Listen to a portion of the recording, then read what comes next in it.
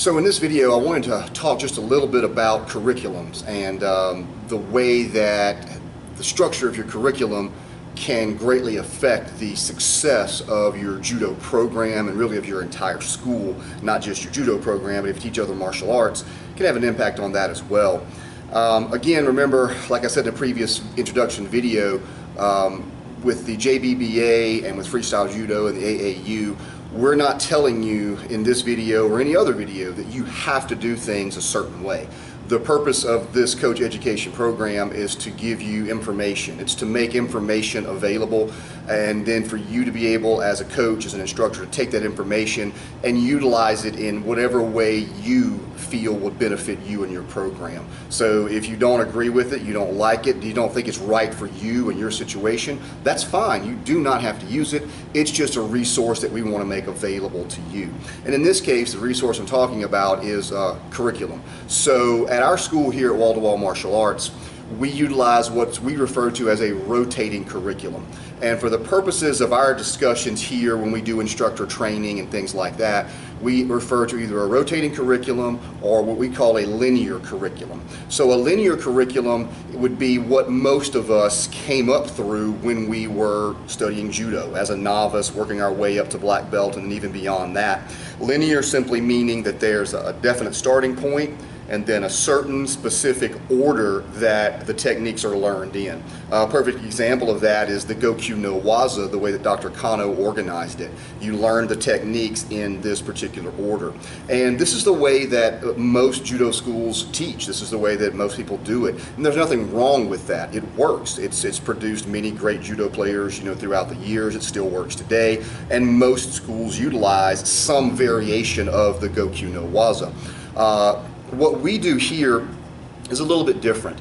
We have what's called a rotating curriculum, and what that means is that when a brand new student comes in as a beginning white belt, no matter when they start in our program, whether it's January, July, or December, they have a specific set of techniques that they're required to learn to go from white belt to yellow belt.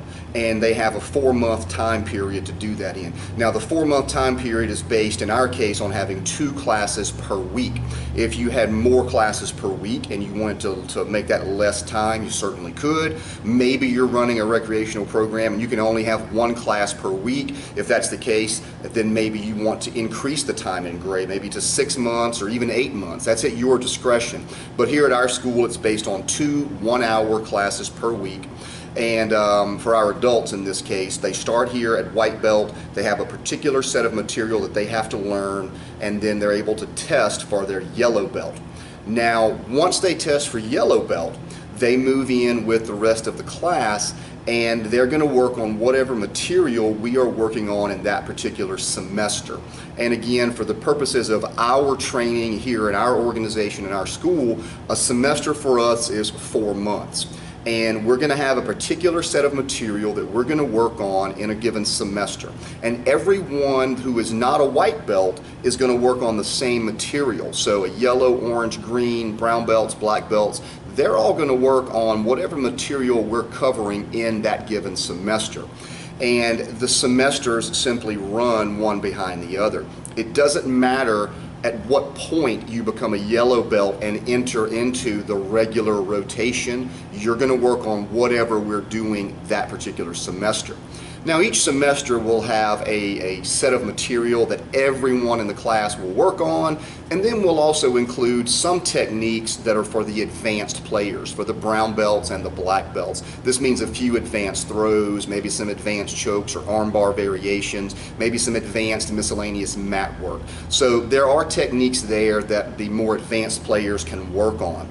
And the theory here is that if we establish a base, if we establish a kind of a starting point so that we know everyone at yellow belt has learned the exact same material. We know they've learned these throws, these pins, these chokes, these arm bars, this mat work, and we know that they've been working on their ukemi steadily, and before they test for yellow belt, we're sure that they can take falls, they can be thrown. So we know that everyone has at least this level. Everyone starts at that level. After that, in our opinion, for the most part, it doesn't really matter what order they learn the techniques in. Now, certainly you could make an argument that there are exceptions here. There may be some techniques or some variations of techniques that would maybe still be a little difficult, maybe too advanced for someone who's only got 4 months of judo training. And I completely agree with that. And so you need to think about that if you are setting up a rotating curriculum. And it might simply mean that maybe the beginners are going to do drop knee kataguruma in a very basic standard version, whereas maybe your more advanced players are going to do the full standing and throwing kataguruma. So it's pretty easy to take the techniques and have a basic version, a more advanced version if you want to. And you know, there may be certain techniques that you just simply feel they should not do at all as a yellow belt, orange belt, green belt, based on their overall length of experience and training. That's fine. Take those techniques in your curriculum, make them ones for the advanced students, the brown and black belts. So the beauty of this is that it makes it incredibly easy to do your lesson planning, and it makes it very easy to teach a medium or large group of people with only a few instructors.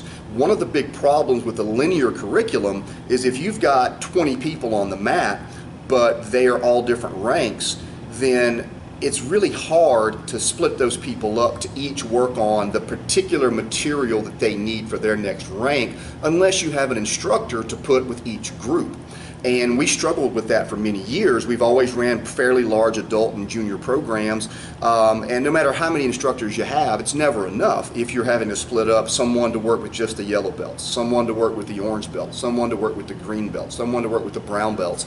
And then also what happens is your upper ranks, your upper brown and black belts, they end up only teaching all the time. And we want them to teach, that's good practice and training, but we don't want them only teaching. They still need to be learning as well. They still need to feel like they're progressing and they're growing technically, becoming more proficient and learning more in new techniques. So a linear curriculum, it's kind of tough to do that. With a rotating curriculum, it's pretty easy. Everyone warms up together, and maybe your white belts are split off to do some basic ukemi when you get to the ukemi portion of your warm-ups, while your advanced players do all the ukemi that you practice. But then when it's time for technical work, there really is only a need for 2 groups. You have white belts and you have everybody else. So in theory, 2 instructors could handle a much larger group. This instructor takes the white belts, they're working to become yellow belts, everyone else is together and they're all working on the same techniques. The only exception would be when you have a brand new person in for their first couple of trial classes. You might need a 3rd person split off to work with that individual or those individuals on intro type material, bringing them along, making their class fun and exciting, encouraging them to want to sign up and continue training with you. So no matter how many people you have on the mat, in theory, 2, maybe 3 instructors is all you would need, and you could get by with less than that if you had to. It's very common here at our school to have 25 or 30 people in a typical adult judo class, and some nights we'll have 6 or 8 black belts on the mat, but some nights we might only have 1 or 2, and a rotating curriculum makes it easy for us to manage those numbers no matter what. The other thing about a rotating curriculum is that it makes it very, very easy for your students to understand exactly what is expected of them to be eligible for their next promotion. Don't misunderstand that statement. I'm not saying anyone is ever guaranteed a promotion. However, people need to know and have confidence in you as their instructor that you have a definite plan for them to succeed. One of the reasons they come there is because they want to learn, they want to grow, they want to advance, and the most visible way that we show that in the martial arts is obviously by belt ranking, by moving up a different belt rank. So by having a rotating curriculum, we have a minimum number of classes they must attend over a 4-month period or 8-month period, 12-month period, and then we also have this technical material they have to become proficient at. So it makes it very easy. We can set definite promotion weeks. Everyone who is eligible will promote this week in August or whatever, and everyone can prepare and work for that. So, you know, novice ranks may promote every 4 months, then at green belt maybe it's at 8 months, and then maybe at brown it's every 12 months. It's always on 4-month increments, and we're able to plan accordingly.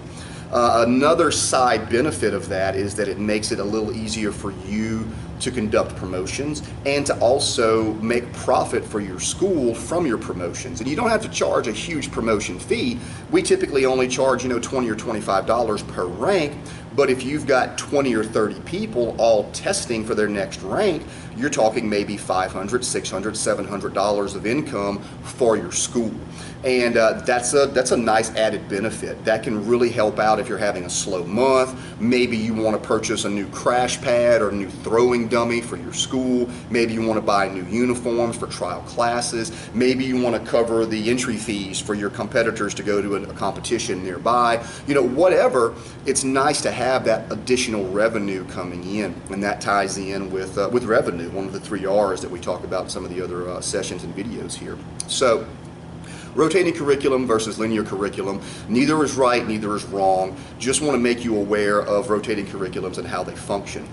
In this playlist, what I am going to include, or what has been included, are some videos from the Wall-to-Wall Martial Arts rotating curriculum for adults. I have 3 semesters there, plus the material to go from white belt to yellow belt for adults. And then I've also included our junior curriculum material, what we require for a junior to go from a white belt to a white belt with yellow stripe in 8 weeks, and then also 3 semesters worth of junior material. So this is basically a year or a little more than a year's worth of material that's available for you to utilize. You don't have to use it. I'm not saying you have to change your curriculum. This material is here as a resource. Use it if you would like to do that. All right, hope you enjoyed the videos, and if you have any questions about rotating curriculums or linear curriculums or how we use things here, feel free to contact me. My email address is wall2walljudo@gmail.com. You can also visit our website at wallmartialarts.com. Be happy to answer any questions you might have.